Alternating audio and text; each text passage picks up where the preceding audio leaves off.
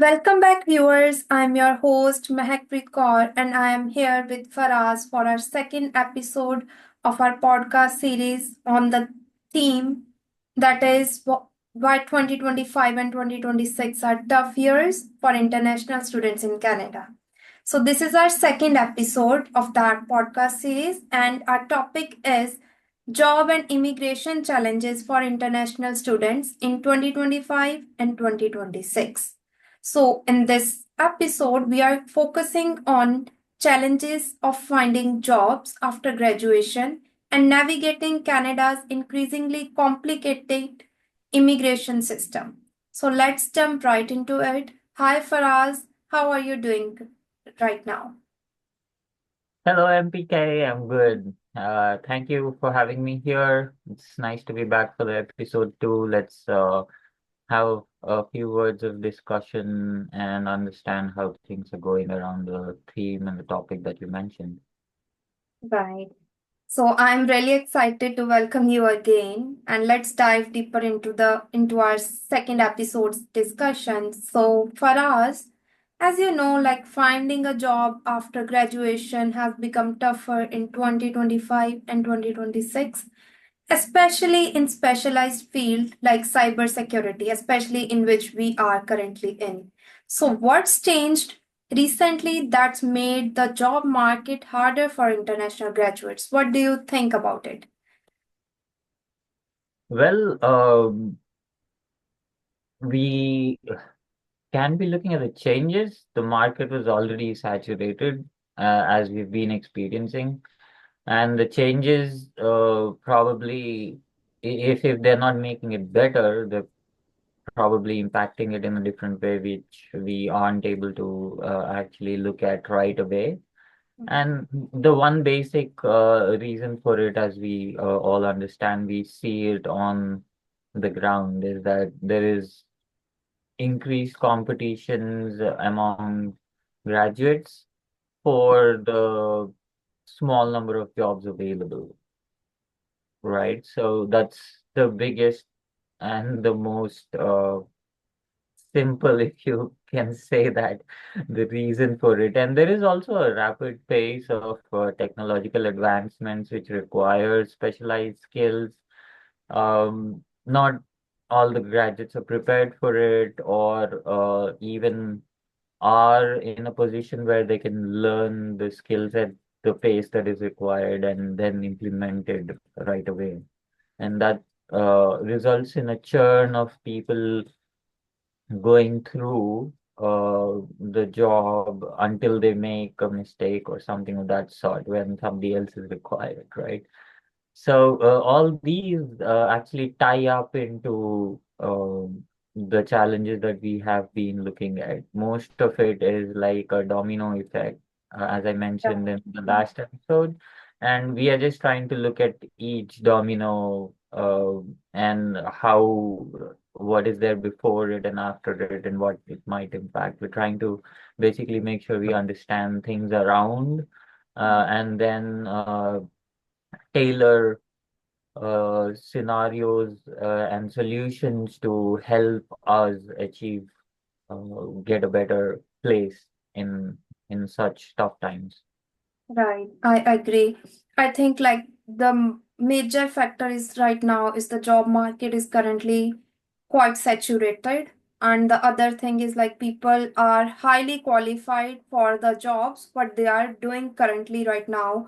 And the students who are aiming to get those entry level jobs, they are not being considered for that. This is what I personally feel is like the major factor that contributes to the problem that the international graduates are not getting the jobs right after they graduate, especially like we are in the same scenario right now. Correct. Yeah. So for us, as you know, like Canada used to be known for its smooth pathway to permanent residency for international students. But many are now saying it's much harder in 2025 and 2026 to get PR. What changes have you noticed and how are students reacting to these difficulties? Well, we can only keep the hope, continued hope. right? And the same set of impacts is there when we are looking at the conversion of the eligible pool of applicants um, to becoming a permanent resident, because the immigration policies have raised the eligibility criteria Right. by a great notch, Mhm. and it makes it more challenging for graduates to transition to permanent roles, because the requirements now become more stringent, as well as when you look at things like the time frame which has been reduced for postgraduate work permits, Mhm. it shortens the path. Rather, I would compare it to if a plane is trying to take off, it shortens the whole runway, which makes Right. it a lot more technically difficult Mhm. for the plane to take off, where we are comparing it to our careers here for the students, international graduates. Yeah. Agree. Well explained. I agree with the thoughts. Yeah.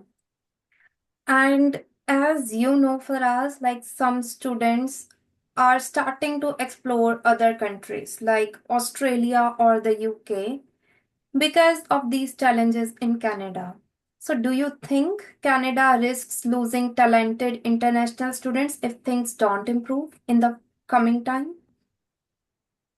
Certainly, when there is uncertainty for students to be able to plan long-term careers uh, here in Canada, because of whatever changes and the kind of scenarios there are, the top of which being, like I mentioned, the cherry being the currency fluctuations, hence the money, basically, right?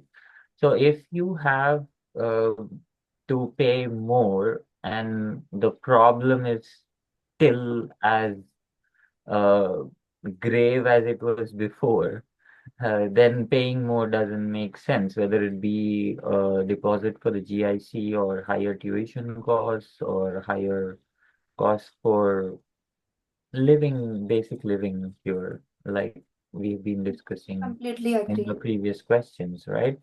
So it turns students towards prioritizing themselves to look at countries which also offer um, simple immigration policies, apart from the currency value being better in terms of the exchange, as well as when these are tied up with some countries offering postgraduate job guarantees and also residency security.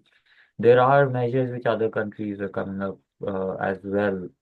And in fact, yesterday's first post article, which was written, uh, which is written by an international journalist, it pointed out that Ireland apparently has a huge intake of students this year, Oh. and the point that they're looking at is that most of the students from countries like ours, India, are now rather looking at countries like Ireland, Mhm. and the numbers show these facts. They have shared numbers which show more than 20 or 30% of the students who are planning to be there are Asians, Indians, basically, as well as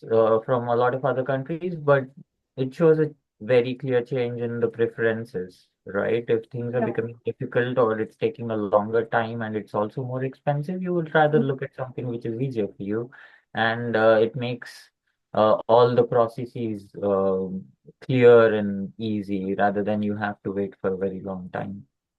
Yeah, agree. I agree. Yeah.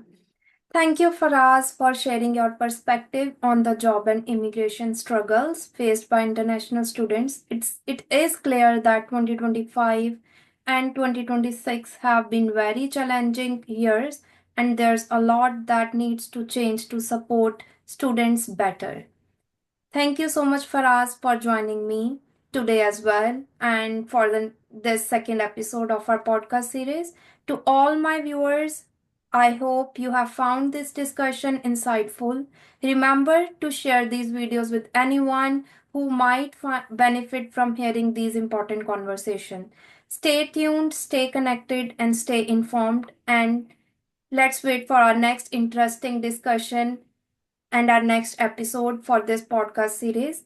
So, for this time, take care and have a great day ahead. Bye. Thank you, Faraz. Have a great day. Bye. Thank you. It was nice having this discussion.